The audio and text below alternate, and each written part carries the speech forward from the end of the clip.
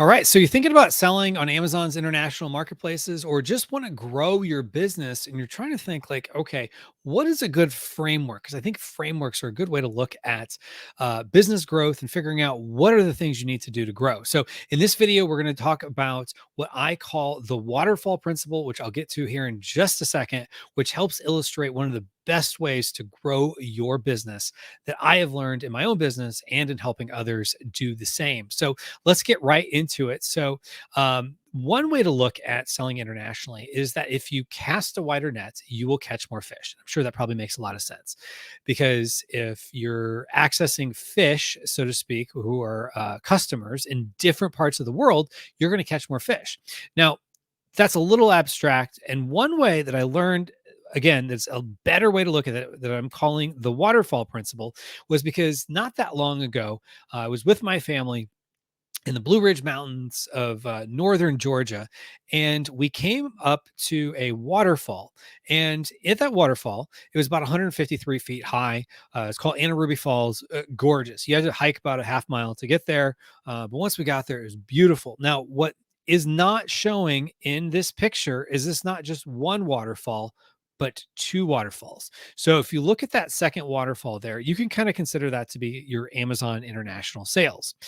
And that larger waterfall is generally for most people going to be their Amazon US sales. It's going to be their biggest source of income, of revenue, of cash flow. And you can think of that stream as your stream of cash flow. So when you have multiple sources of cash, of sales, of money coming in, you can imagine you're going to stream more income, more cash flow during the same period of time. Just as in this picture, having not just one waterfall, but two waterfalls is going to bring more water through the stream. Now, for your business, that could be multiple sources bringing you more cash through the same time. So, wouldn't you like to have more of a flow going? So, let's show that in practice. So, this screenshot here was taken about a year and a half ago, right at the end of the holiday selling season in 2020. So you can see there my sales on Amazon in the US were about $72,000. And that's for the 30 days leading up to December 24th. So we'll just call that the holiday selling season. If you add up the additional sales, it turned about a $72,000 month, or just shy of 72,000, into a little over $112,000. So taking my sales on Amazon in the US and making them go international, that was a 56 bump on top of my US sales. Now, this is good news. 56% is great.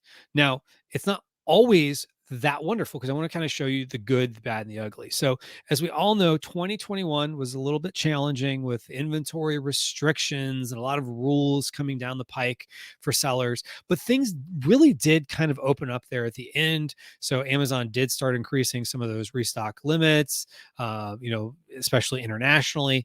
And I can tell you this, things have opened up a lot with the ability to send in, but going into the holiday 2021 selling season, it did have an effect on my sales. So what were my results like knowing that there was issues with being able to even send in product and all that? So even when there's a lot of outside forces outside of my control, I'll show you what my sales were. So my sales in Amazon in the US were about 78,000. So about almost 10% growth year over year on .com. And then internationally, it actually went down a little bit. So my sales total were more around like 105,000 for the month.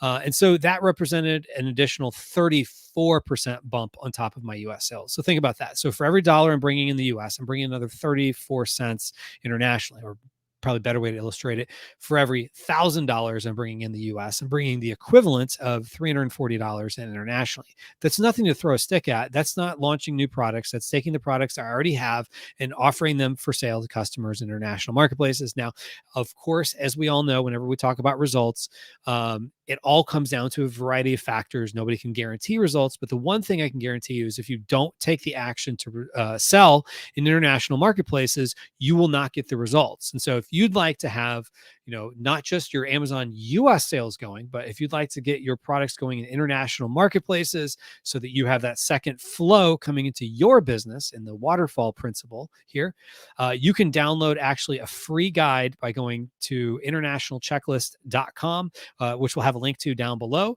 And I appreciate you watching this video and wish you the best in your e-commerce journey. Take care.